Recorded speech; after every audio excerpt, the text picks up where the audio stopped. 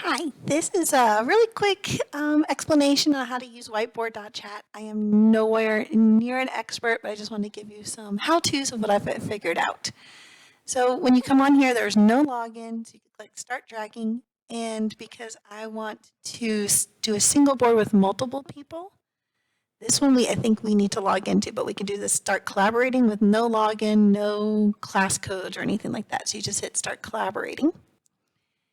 And you have this lovely whiteboard. So you can share the link in your chat, and once you share the link, everybody has access to the same whiteboard at the same time. Just like Jamboard on the bottom right here, you can change pages, so you can have things pre-set up for your class as well. You could change your name here on the bottom right. You could also change the thickness of your line and if it's transparent or not in your text. So this works like most other whiteboards. I have a drawing tool. I can draw. I can change the thickness of my line. I draw skinnier. I have erasers. I can erase things. What's different about this one that I like than other ones is it has this very cool little paint palette right here on the top right.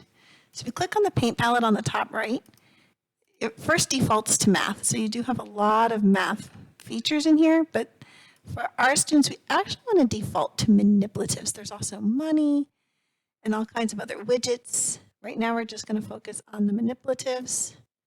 So in here, we have our ones block.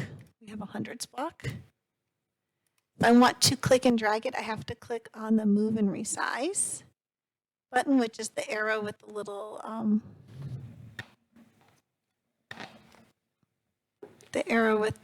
ripples. So if I click on the arrow with the ripples, then I could click on a, whoops, don't double click. I could click on a block, I can make it bigger, I can make it smaller, I can move it where I want. Let's get rid of that. So that's important. So they have thousands blocks, they have hundreds blocks, tens blocks.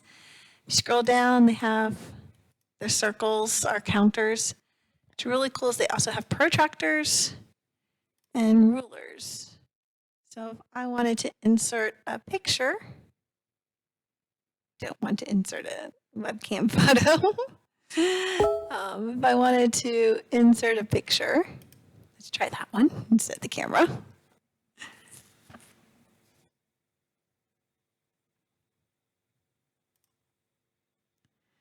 So I have all my pictures here, so maybe I want to do butterfly number 2.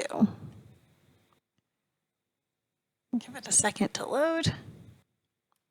So here's my butterfly. I'm going to pick up my ruler, and I can measure how big my ruler is, how big my butterfly is.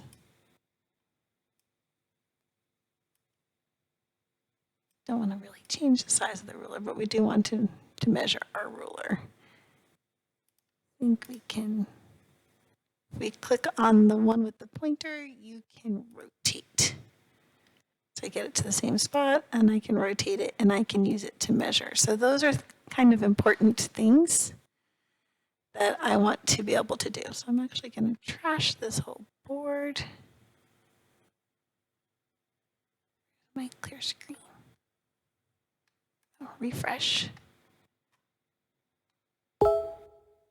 Oops, that did not do it. Hold on. Clear. The X. Clear for everybody. So I can exit out. So I have my tools. The neat thing is we have tools that everybody can share at once. We have our shapes. We go down, we have 10 frames. We have number bonds. Simple place value. We can do our number lines, and we have little like arches we can keep in here so we can model.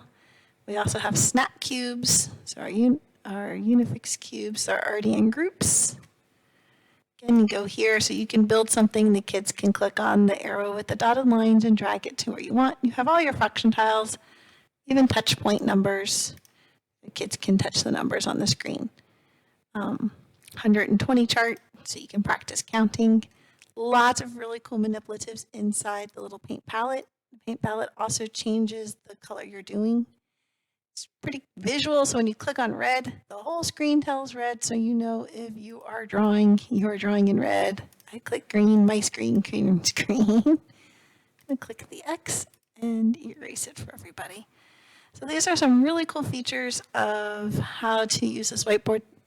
You can also download the files, the single class, and you can save it for previous work. Like I said, there's a whole bunch more in here. You can definitely play around. You can name it. You can give each child, each student one name, and then I could go on, and this one could be student 2. And so that way, if I was presetting a board, I can have it all ready to go. I hope this helps explaining how to use the whiteboard chat. And you work on it at the same time as your students, which is really neat.